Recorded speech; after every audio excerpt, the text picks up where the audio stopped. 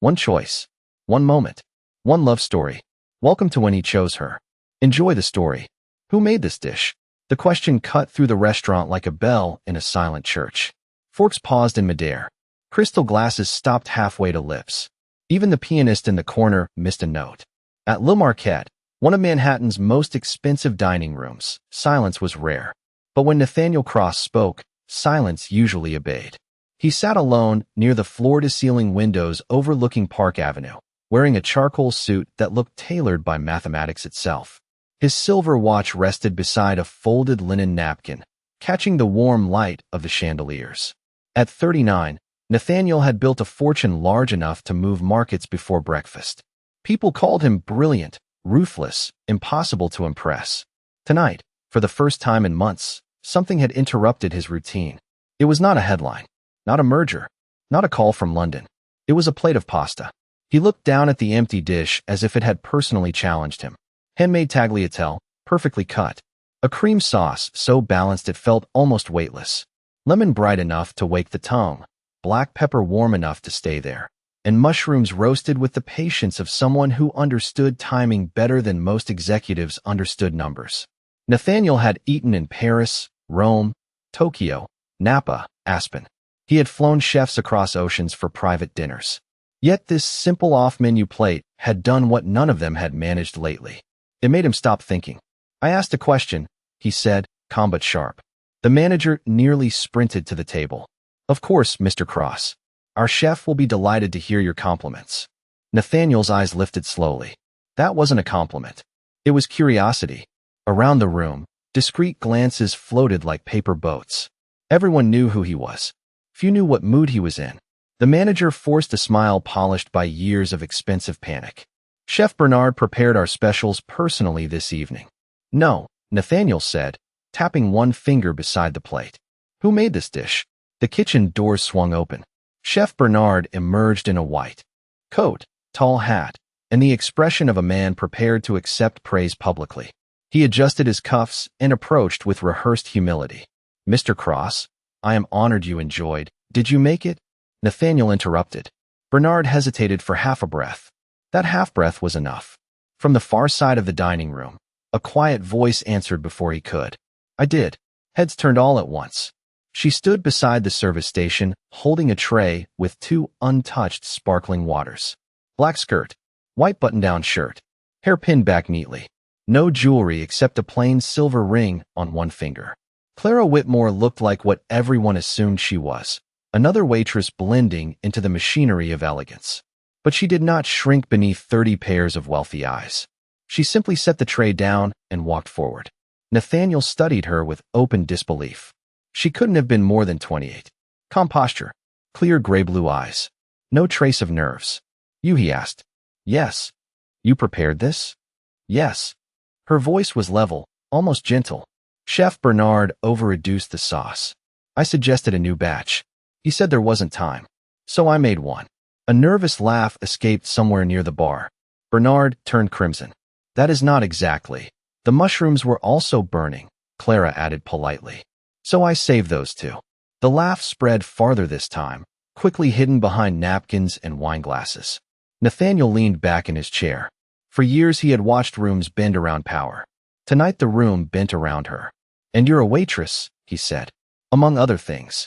Meaning labels are useful for shelves, not people. A few guests nearly choked on their champagne.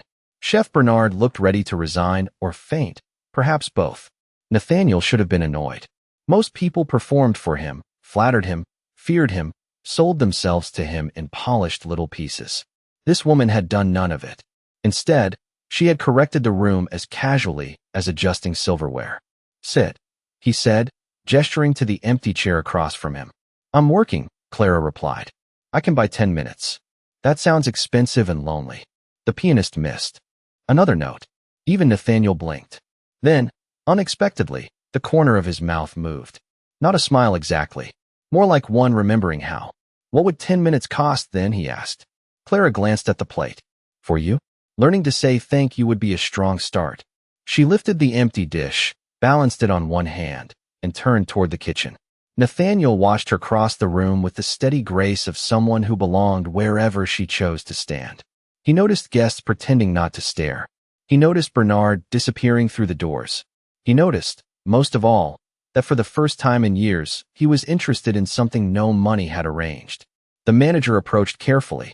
"Shall I bring dessert, Mr. Cross?" Nathaniel kept his eyes on the kitchen doors. "No," he said. "Bring me the check." He paused, then added, "And tomorrow night, clear my schedule." Outside, rain began tapping softly against the windows. Inside, the richest man in the room realized the most valuable thing he'd found all year was carrying plates and sensible shoes. The next afternoon, Nathaniel Cross canceled a breakfast in Boston, moved a board call to Friday, and ignored 3 messages marked urgent. None of those decisions had ever been made because of a waitress. Yet by 6:15, his driver was pulling beneath the awning of Le Marquette again while rain polished the Manhattan sidewalks in silver streaks. He stepped out carrying no umbrella. People usually rushed to shield him from weather. Tonight he walked through it on purpose. Inside, the restaurant glowed with the same practiced warmth as the night before. Candles flickered. Glassware shined. Money murmured from every table. But Nathaniel did not look toward the private corner usually reserved for him. His eyes moved directly to the service station. Clara Whitmore was there, folding linen napkins with the calm focus of someone assembling paper secrets. She glanced up once, saw him, and returned to her work as if billionaires arrived, dripping rainwater every evening. Nathaniel approached. "I cleared my schedule," he said. "That sounds dangerous," Clara replied without looking up. "For the market? Perhaps.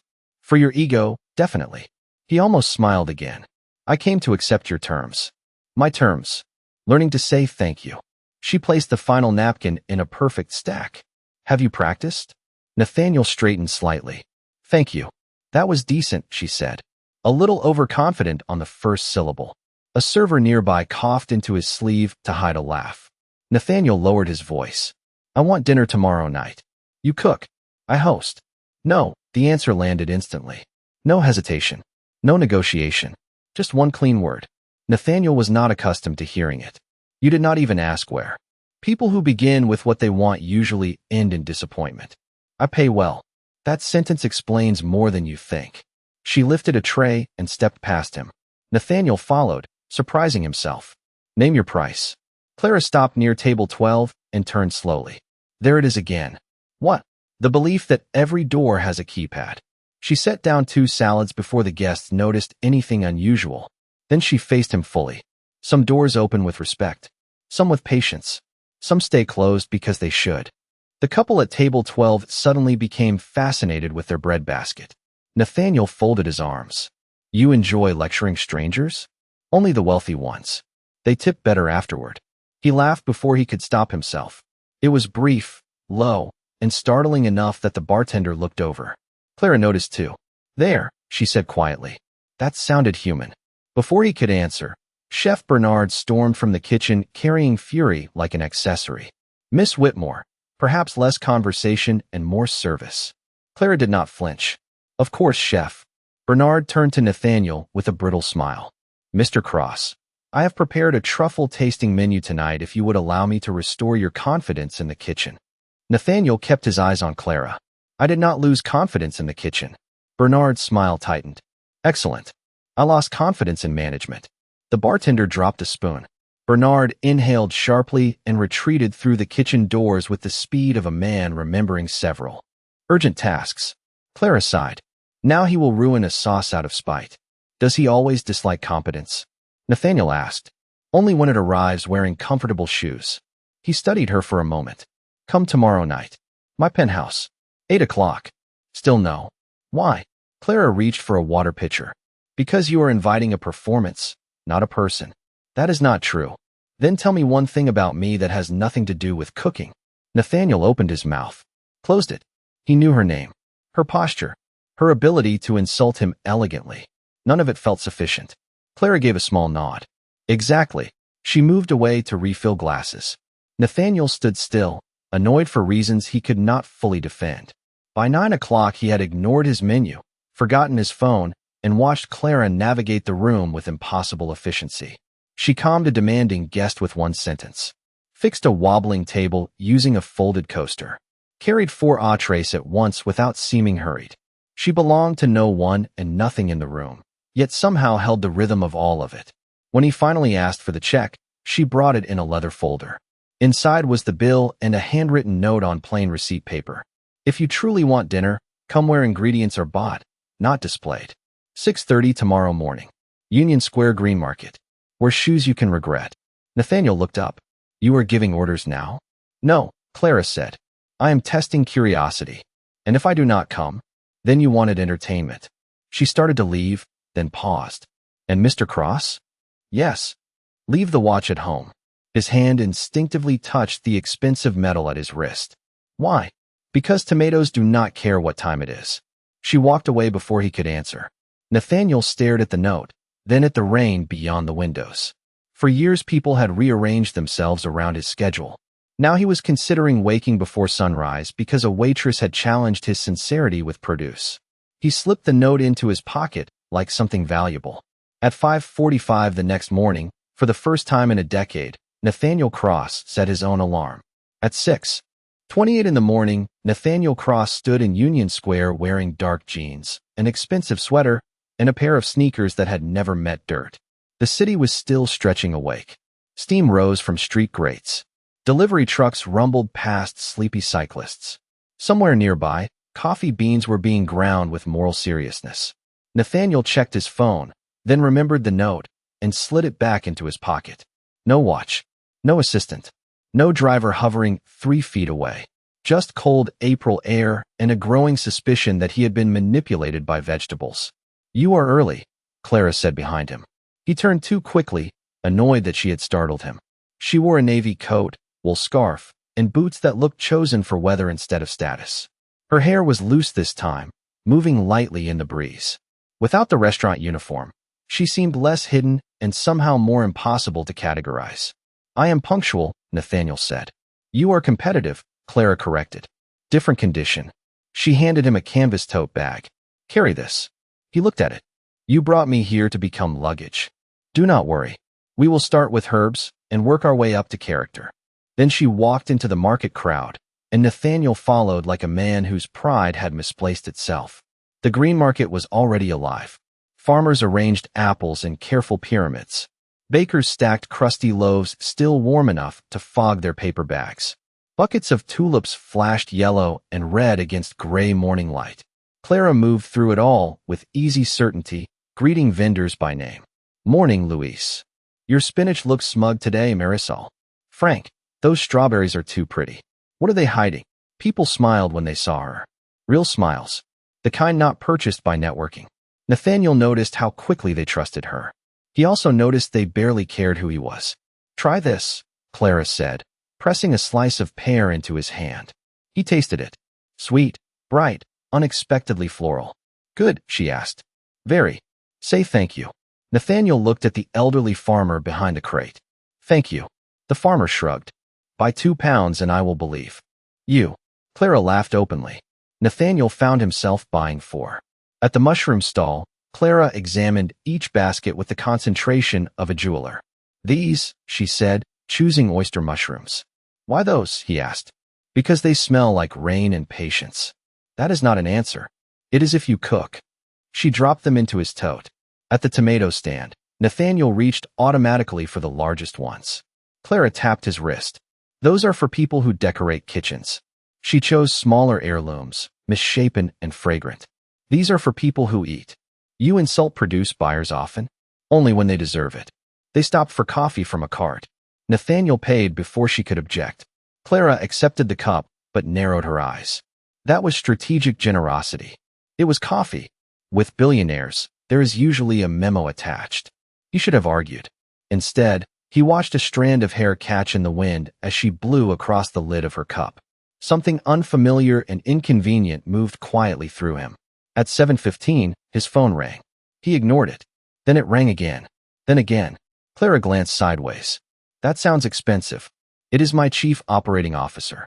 And yet the asparagus survives without you. He silenced the phone. She nodded once, approving more than she would admit. They reached a fish vendor where Clara inspected fresh scallops packed on ice. Nathaniel looked around at the crowd carrying flowers, bread, eggs, and dogs small enough to qualify as opinions. You come here every week? He asked. Twice. Why not have ingredients delivered? Clara met his gaze. Because convenience can make people forget where things begin. She said it lightly, but it landed heavier than she intended. Nathaniel thought of meals appearing, deals appearing, drivers appearing, entire comforts arriving with one text. How many beginnings had he outsourced? They continued in silence until they reached a stand selling herbs. Clara crushed a basil leaf between her fingers and held it near his face. Smell. He did. Summer. Pepper. Sunlight somehow translated into green. Good, she asked. Very. Now compare it to this. She handed him a plastic supermarket packet from her tote. He smelled almost nothing. That one tastes like regret, she said. He laughed again, fuller this time. Nearby shoppers turned, curious at the sound of a rich man becoming less unbearable. By 8 o'clock, the tote bag was heavy with mushrooms, herbs, shallots, bread, cream, lemons, tomatoes, pears, and a wedge of cheese wrapped in paper. Nathaniel's shoulder ached pleasantly. What now? He asked. Clara took a final sip of coffee. Now you cook dinner tonight. He stared at her. I do not cook. Exactly. You said you would cook. I said if you truly wanted dinner, come here. She stepped closer, close enough for him to notice the faint scent of citrus and cold air in her scarf. Mr. Cross, you do not need another meal prepared for you. You need to learn what effort tastes like. She turned and began walking toward the subway entrance. Nathaniel caught up beside her. And if I fail? Clara smiled without looking at him. Then we order pizza and begin with humility. She disappeared down the stairs, leaving him on the sidewalk holding a bag of ingredients and the strangest feeling of anticipation he had known in years. He had delegated the morning markets and 2 meetings without regret. His phone rang again. Nathaniel glanced at the screen, then at the tote bag in his hand. For once, he chose the heavier thing. At 7:58 that evening, Nathaniel Cross stood in the center of his penthouse kitchen like a man trapped inside a luxury appliance catalog. Marble counters stretched in every direction. Copper pans hung untouched above an island the size of a studio apartment. Floor-to-ceiling windows framed Manhattan in gold and glass. Somewhere below, millions of people were having simpler evenings. On the counter sat the morning's ingredients, arranged with nervous precision. Mushrooms, shallots, basil, cream, tomatoes, bread, pears. A cookbook lay open beside them, spine cracked for the first time. Nathaniel had spent the last hour discovering that recipes were less instructions and more personal attacks. He had burned 1 pan of shallots, dropped a lemon into the sink disposal, and learned that olive oil could leap farther than expected. At exactly 8 o'clock, the elevator chimed. Clara stepped into the apartment carrying nothing but a folded umbrella and the expression of someone arriving to inspect storm damage. She looked around once. You live inside a bank brochure. Nathaniel straightened. You are late. She glanced at the clock on the oven. That clock is 3 minutes fast. How do you know? Because wealthy people are terrified of being on time naturally. She removed her coat and walked into the kitchen. Her eyes moved across the counters, the ingredients, the skillet, the cookbook, the small streak of sauce on the backsplash. Good, she said. There was struggle. I prefer the word process. I prefer the smell of humility. She lifted the lid from a saucepan and paused. What happened here? Reduction. This is paste. Concentrated reduction. Clara laughed softly and tied her hair back with a simple band from her wrist. Move. Nathaniel did not move. This is my kitchen. Then why is it afraid of you? He stepped aside. She washed her hands, rolled up her sleeves, and in seconds the room seemed to belong to her more than it ever had to him. She opened drawers without asking and somehow found what she needed faster than he could in his own home. Your knives are dull, she said. They cost $6,000. Then they are expensive and dull. She handed him a cutting board. Slice the shallots thin. I have analysts for precision work. Tonight you have onions. He began cutting. Too thick. Too slow. Clara watched once, then took his wrist lightly and adjusted the angle. Curl your fingers. I know how to hold a knife. Your shallots disagree. The contact lasted only a second, but Nathaniel felt it long after she stepped away. He focused on the cutting board with suspicious intensity. Clara heated butter and oil together, added the shallots, then lowered the flame before they browned. Why low heat, he asked. Because not everything good responds to force. She glanced at him when she said it. He pretended not to notice. Mushrooms followed, then thyme, then a splash of white wine that filled the kitchen with sharp, bright fragrance. Nathaniel inhaled. That smells different already. Because Patience entered the room. She pointed with a wooden spoon. Stir. He stirred awkwardly. Not like you were punishing it. How does one stir kindly? With rhythm. That is not measurable. Neither is charm. Yet here we are without much of it. He laughed again, easier now. They worked side by side. He toasted bread, burned the first batch, improved on the second. She made him taste sauce before seasoning, then after. Made him smell basil before tearing it. Made him wait 30 seconds after turning off heat before adding cream. Why, he asked. Because temperature matters. To food. To everything. While the pasta boiled, Nathaniel poured sparkling water into 2 glasses. Wine, he offered. Clara shook her head. I would like to remember this clearly. He almost asked what that meant, but the timer beeped and saved him from vulnerability. They plated the meal together. Not perfect. Not restaurant precise. A little uneven. Very real. Clara carried the plates to the dining table overlooking the city. Nathaniel hesitated before sitting. No assistants had arranged this place setting. No chef hid in another room. No reservation had guaranteed success. Only effort had. Clara took one bite and considered him with mock seriousness. You are acceptable. High praise. Do not get emotional. He tasted his own plate. The sauce was rich and balanced. The mushrooms deep and warm. The pasta slightly overcooked, but honest. It is good, he said quietly. Yes, Clara replied. Because you were present for it. They ate in comfortable silence while traffic glittered below like moving constellations. Then Nathaniel's phone buzzed on the counter. He ignored it. It buzzed again. Clara raised an eyebrow. That sounds expensive. Tokyo investors. And yet they survive. It buzzed a third time. Nathaniel stood, walked to the counter, looked at the screen, and turned the phone face down. When he returned, Clara was watching him differently. That was new, she said. What was? Choosing the room you are in. He sat slowly. I am learning. Dangerous man. Why dangerous? Because disciplined people who become sincere are difficult to resist. The word surprised them both. Clara looked back at her plate. Nathaniel did not move for a moment. Outside, rain tapped softly against the glass. Inside, the richest man in the room realized he wanted something money had never taught him how to ask for. Clara left just after 10. She thanked Nathaniel for dinner, criticized his knife storage, and disappeared into the elevator with the same calm that had entered the room hours earlier. The penthouse felt larger the moment she was gone. Too polished. Too quiet. Nathaniel stood by the windows holding 2 empty plates longer than necessary. Manhattan glittered below like confidence pretending not to be lonely. He slept badly for the first time in months and woke before dawn with her sentence still in his mind. Disciplined people who become sincere are difficult to resist. At 9:15 the next morning, he walked into his office 43 floors above Midtown. Assistants straightened. Analysts paused. Screens glowed with currencies, forecasts, and nerves. His chief operating officer, Martin Hale, met him near the conference room carrying a tablet and visible relief. Tokyo signed, Martin said. They agreed after the revised terms. Nathaniel loosened his tie. Good. Martin blinked. That is all. Would celebration improve the margins? No, but concern for your schedule might. You ignored 6 calls. Nathaniel kept walking. Then the company has survived remarkable trauma. Inside the conference room, charts waited on walls the size of small homes. Investors dialed in from Chicago and Zurich.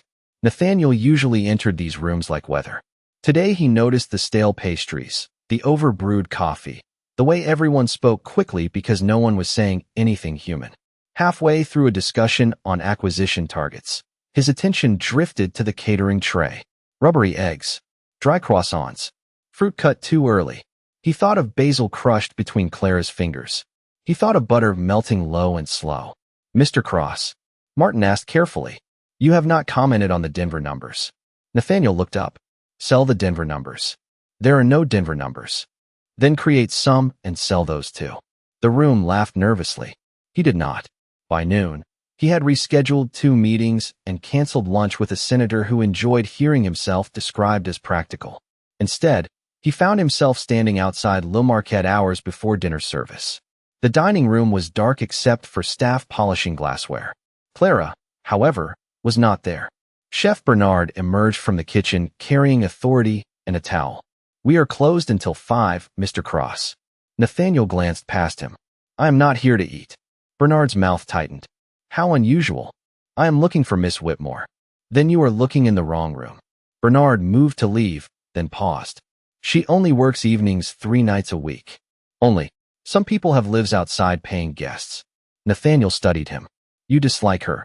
Bernard snorted softly. "I dislike talent that refuses hierarchy." "That sounds expensive."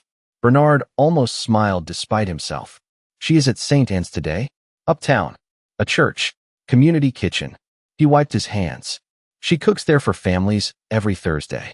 For free, which remains confusing to me." Nathaniel was already turning toward the door. 40 minutes later, his car stopped on a quieter street lined with brick buildings and stubborn trees. St. Anne's was modest, warm, and full of movement. Volunteers carried boxes. Children chased one another between folding chairs. Someone was laughing loudly near a stack of canned tomatoes. The scent of garlic drifted through the hallway. Nathaniel entered wearing a navy coat worth more than the annual utility bill. No one cared. A woman at the front desk pointed toward the kitchen after he asked for Clara. "If you can chop onions, go left. If not, stay out of her way." He went left. The kitchen was bright chaos. Pots steamed. Trays clattered. Voices overlapped. And at the center of it all stood Clara Whitmore in a plain apron, directing 3 retirees, 2 teenagers, and 1 exhausted father carrying a toddler on his hip. "More broth in that pot." "Not fear, broth." "Thank you." "Jason, those carrots are cubes, not philosophy. Keep moving." She turned, saw Nathaniel, and stopped for half a second. "You are overdressed for soup. You are difficult to find. That is usually a feature." She handed him a hairnet. "Put this on." He stared at it. "Absolutely not." "Then stand there and be decorative." 5 minutes later, Nathaniel Cross was wearing a hairnet and peeling potatoes beside a retired dentist named Gloria, who gave him instructions without mercy. Clara moved through the room with practiced grace, tasting sauces, lifting heavy trays, kneeling to speak eye level with children. She knew names. Allergies. Whose son had a spelling test. Whose mother needed low-sodium meals. She was not performing kindness. She was fluent in it. Nathaniel watched her serve lunch to a boy who looked no older than 8. She crouched and asked about school. The boy shrugged. She slid an extra dinner roll onto his tray like a magician slipping hope into plain sight. Later, when the rush slowed, Nathaniel found her at the sink washing stock pots. "You do this every week?" he asked. "Most weeks." "Why never mention it?" Clara rinsed foam from her hands. "Why would I?" "Because it matters." She dried a pot slowly. "To whom?" He had no quick answer. She looked at him then, softer than usual. Some things lose flavor when announced too loudly. On a shelf above the sink sat a worn French cookbook filled with handwritten notes. Nathaniel recognized the title instantly. A rare culinary text he had once seen at auction. "That book is not ordinary," he said. Clara followed his gaze. For the first time since he met her, something guarded entered her expression. "Neither are people," she replied. Then she lifted another pot, ending the subject with the quiet authority of a closed door. 3 days later, Manhattan wore spring like an expensive promise. Sunlight slid along glass towers, traffic argued below, and inside the ballroom of the Harrington Hotel, 600 guests prepared to admire themselves in formal wear. Nathaniel Cross stood near the stage reviewing notes for the annual Cross Foundation Gala, a charitable event that funded scholarships, shelters, and enough public goodwill to make journalists sentimental. Usually he treated the gala as disciplined optics. This year, for reasons he was trying not to name, he cared whether the food was good. "Where is Delacroix?" he asked.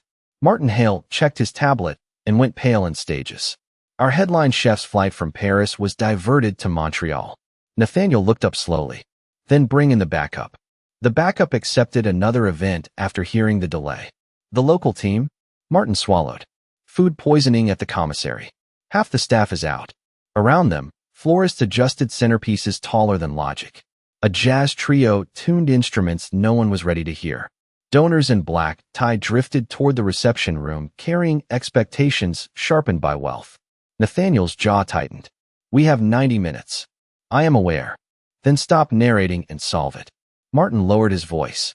There is no one at this scale on short notice. Nathaniel glanced toward the kitchen doors where panic moved like smoke. Then one name arrived with embarrassing speed. Call Clara. Martin blinked. The waitress. The person who can cook. This is a gala for senators, founders, and foreign delegates. Nathaniel held out his hand. Phone. 20 minutes later, Clara Whitmore walked into the hotel kitchen wearing jeans, boots, and the same navy coat from the market. She took in the stainless steel counters, frantic sous chefs, towers of untouched produce, and Nathaniel standing in a tuxedo beside a tray of decorative figs. You look expensive, she said. You look late, he replied. I came from work. Some people have jobs. She removed her coat, tied on an apron offered by a trembling line cook, and turned to the room. Who here knows how to chop an onion without making it philosophical? 3 hands rose. Good. You 3 stay. Everyone else breathed quietly. Nathaniel stepped closer. Can you save this? Clara opened a walk-in cooler, scanned inventory once, and closed it. Yes. She reorganized the kitchen team in minutes, assigning stations with calm authority. How? By wasting less time discussing it. She pointed at him. You. Tuxedo. Move tables into stations. Find every sheet pan in the building. And stop touching garnish. She did not cook alone. 10 staff members. Moved where she placed them. For the next hour, the richest donors in New York sipped champagne, while Nathaniel Cross hauled trays, carried crates of asparagus, and labeled containers under Clara's command.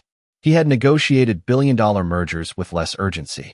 She built a menu from what remained. Roasted salmon with lemon herb glaze, spring risotto finished with peas and shallots, charred carrots with honey, and warm pear tart from market fruit, he recognized instantly. You plan dessert too? He asked. I plan hunger first, she said, tasting a sauce. Then feelings. And me? You are currently peeling shallots unevenly. He corrected his knife angle without thinking. She noticed. Progress. At 7 sharp, servers swept from the kitchen carrying plates that looked intentional, elegant, and entirely impossible under the circumstances. In the ballroom, forks rose. Conversations paused. Then came the sound every cook waits for. People forgetting themselves long enough to enjoy something. Nathaniel stood at the service entrance watching guests close their eyes over first bites. A senator asked for seconds. A venture capitalist complimented a carrot with emotional sincerity. Martin looked near tears. We did it, he whispered. She did it, Nathaniel replied. Midway through the main course, the host announced an impromptu acknowledgement of the culinary team. Applause filled the room. Chef names were requested. Nathaniel walked onto the stage before anyone could stop him. Spotlights found him easily. They always had. Ladies and gentlemen, he said, steady and clear. Tonight was nearly a disaster. Laughter fluttered politely. Our scheduled chefs canceled. Our backup plans failed. Our kitchen was chaos. He paused. Then someone walked in and reminded us that talent does not always arrive wearing the title you expect. Murmurs moved through the ballroom. Nathaniel looked toward the kitchen doors. Clara Whitmore, would you join me? She appeared reluctantly in a borrowed white coat dusted with flour at one shoulder. The applause grew warmer when guests saw she was young, composed, and plainly surprised by none of it. Nathaniel stepped aside, offering her center stage. This evening exists because of her. Clara took the microphone like it had personally inconvenienced her. Thank you, she said. Please continue donating generously. Also, the man in row 3 asked if the risotto was gluten-free after finishing 2 plates. It was not. The ballroom erupted. Even Nathaniel laughed openly. She handed back the microphone and started to leave. He caught her gently by the wrist, only enough to stop her one step. Stay, he said quietly. Clara looked at him, then at the room full of people who finally saw what he had seen from the beginning. For one dance, he asked before thinking better of it. Her eyebrows lifted. You ask women to dance immediately after making them cook for 600 people. I am learning timing. She considered him for a beat, then placed her hand in his. Poorly, she said, but learning. As the band shifted into something slow and bright, Nathaniel led her onto the polished floor. Around them, donors smiled, cameras flashed, and fortunes admired themselves. But the only thing he noticed was the woman in simple shoes who had turned catastrophe into grace, then made him earn the privilege of holding her hand. The morning after the gala, every business page in Manhattan carried some version of the same photograph. Nathaniel Cross in black tie, smiling without strategy.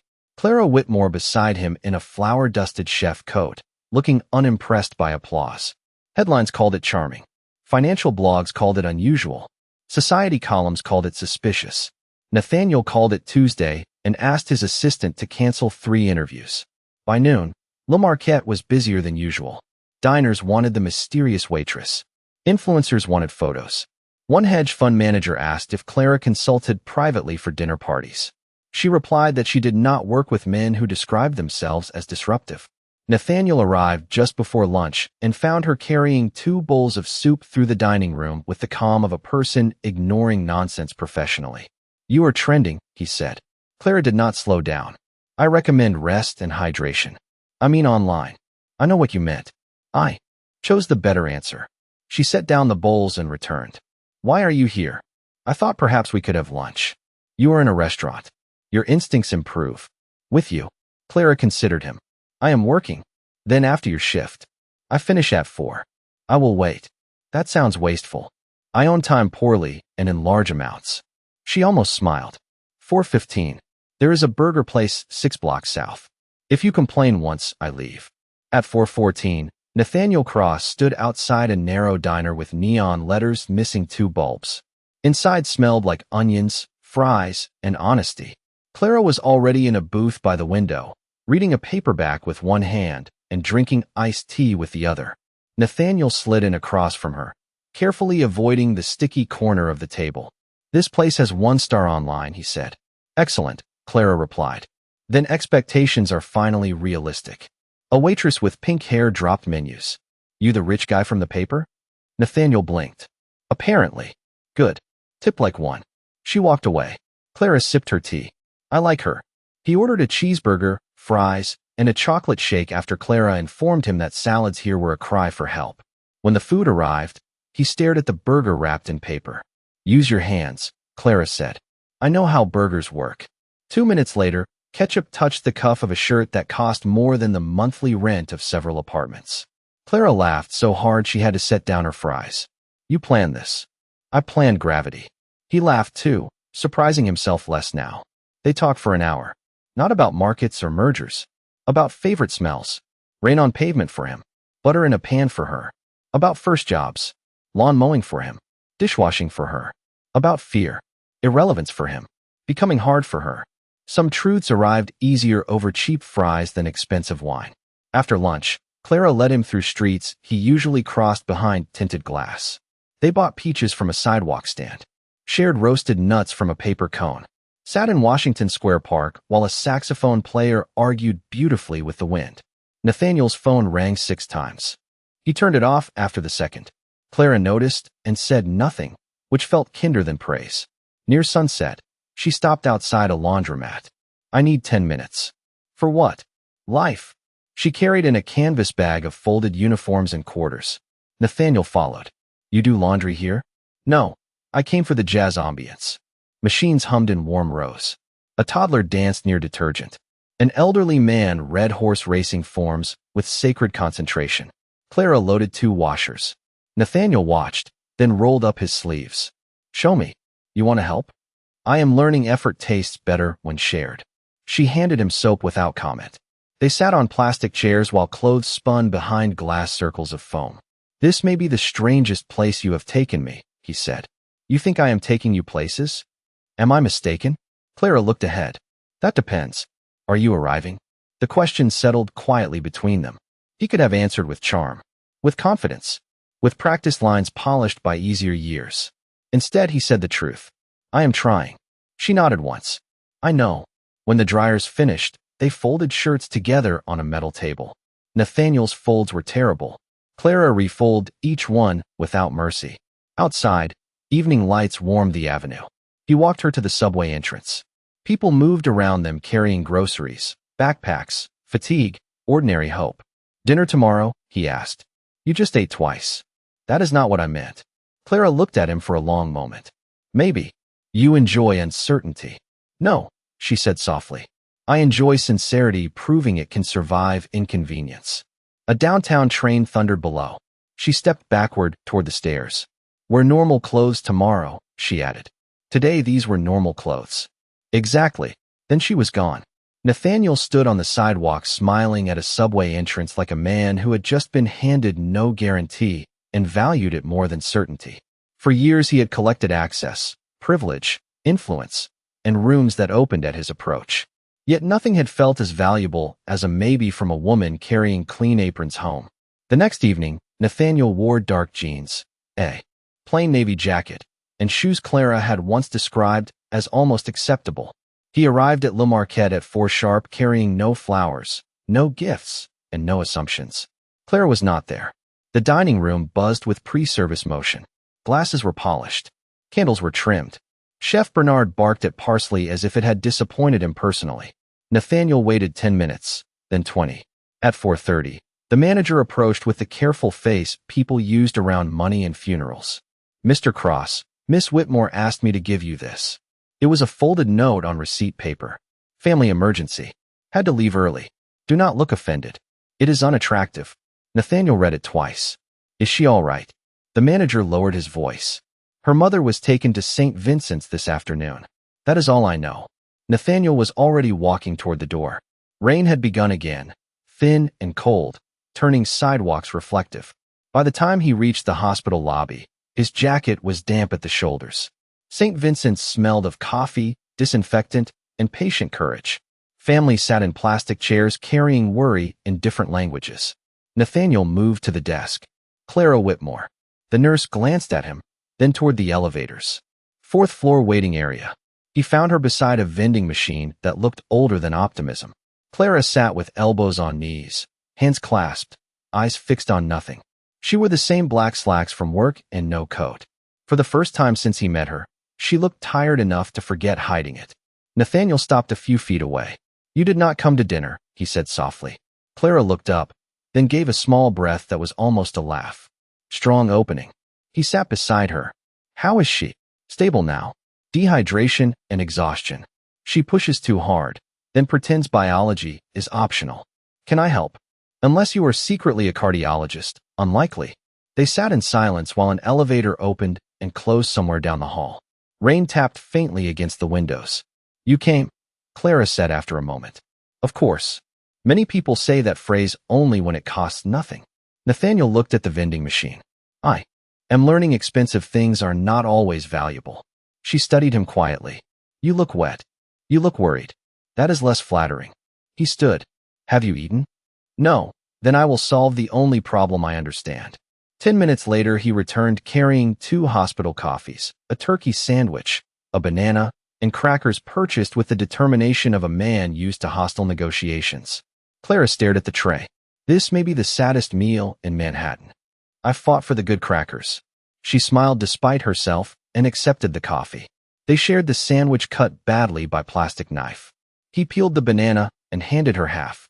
You divide fruit like a consultant, she said. Balanced portions are efficient. Romance is gasping somewhere. He laughed softly. Across the hall, a doctor emerged and called Clara's name. She stood instantly. Nathaniel rose with her. You do not have to wait, she said. I know. You probably have dinner plans with senators or satellites. I canceled them. You do not know if I will be long. I brought a phone charger and patience. Something in her expression changed then. Less guarded. More honest. That is annoyingly thoughtful.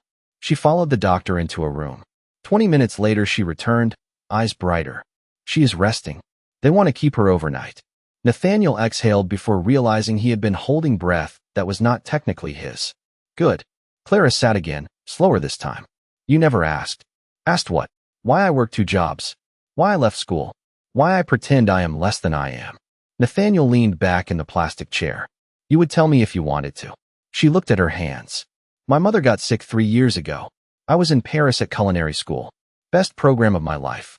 Then bills arrived faster than scholarships. I came home for 1 semester. Life decided it was permanent. Nathaniel said nothing. She continued. I waited tables because hours were flexible. I cooked wherever I could. Community kitchens. Catering. Quiet places. Easier than explaining failure at parties. That was not failure. It felt like it. Then feeling was wrong. Clara turned to him. You say? Things like verdicts. Occupational hazard. She laughed once, tired and warm. I kept telling myself I would go back when the timing improved. Will you? She was quiet long enough for a nurse to pass with fresh linens. I do not know anymore. Nathaniel looked down the hallway where fluorescent lights hummed above exhausted strangers. Then let me say something without verdict. She waited. Whatever room you belong in next, it is larger than the one you settled for. Clara blinked hard and looked away. That was dangerously kind. I am learning timing. Still poorly. Her hand rested on the chair between them. Nathaniel placed his beside it, not touching, only near. After a second, her fingers moved the small distance first. Outside, the rain deepened. Inside, among vending machines and tired walls, two people who had met through pride and sarcasm sat shoulder to shoulder in a place where titles meant nothing. For the first time in years, Nathaniel Cross was exactly where he wanted to be. 2 weeks later, spring settled over Manhattan with the confidence of someone who knew it would be welcomed. Trees along the avenues had turned green overnight. Sidewalk cafes reopened. People carried iced coffee like declarations of survival. Clara's mother recovered steadily and had already begun criticizing hospital soup, which everyone agreed was a positive sign. Clara returned to Le Marquette on reduced shifts, spent mornings at St. Anne's, and pretended not to notice that Nathaniel now visited places he once would have called inconvenient. He learned how to carry grocery bags without looking betrayed. He delegated more than ever before. He learned subway maps were not abstract art. He learned that laundry quarters disappeared faster than hedge fund fees. Most surprisingly, he learned happiness often arrived unannounced and wearing practical shoes. One Friday afternoon, Martin Hale entered Nathaniel's office carrying a folder and the expression of a man about to ruin weather. London approved everything, Martin said. The board wants you there for the European expansion. 6 months minimum. Possibly permanent if it scales. Nathaniel looked out the window at the city he had conquered and recently begun to notice. When they expect an answer tonight. Martin hesitated. 5 months ago you would have left already. 5 months ago I thought efficiency was a personality. Martin almost smiled. And now? Nathaniel glanced at the folder, then closed it. Now I know better kitchens exist. At 6 o'clock, he went to Le Marquette. Clara was not there. Chef Bernard informed him, with dramatic neutrality, that she had left early for an interview downtown. Interview? Nathaniel asked. Executive chef position, Bernard said, offended by the concept. New bistro in Tribeca. Investors. Open kitchen. Serious budget. He sniffed. They would be lucky to have her. Nathaniel stood very still. London wanted him. New York might finally be asking for her. The symmetry felt rude.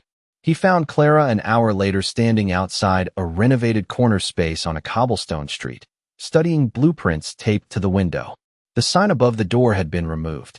Inside, workers measured walls where something new would soon begin. She turned as he approached. You look like a man who lost a spreadsheet, she said. You had an interview.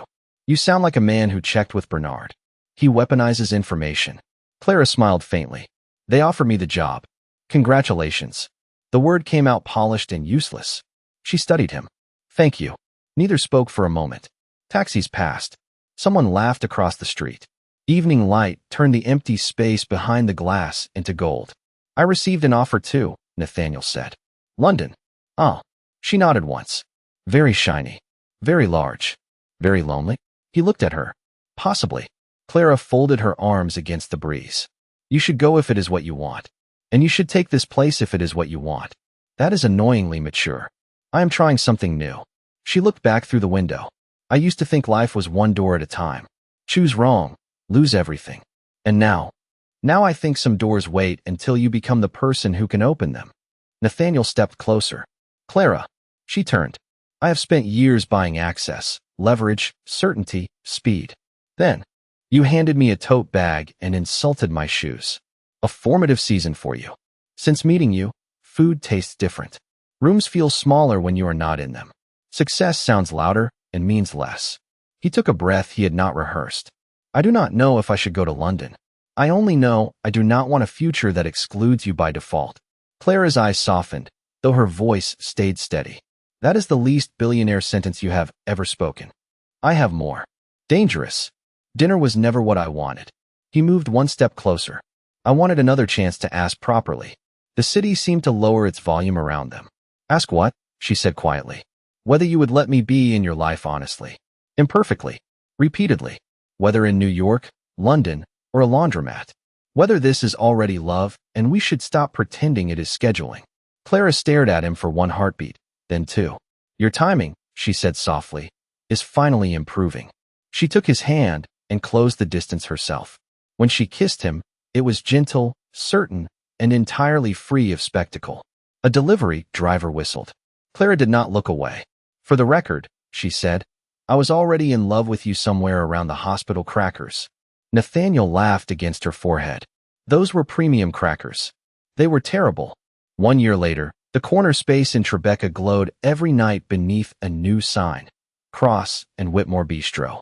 Clara ran the kitchen with grace and dangerous standards.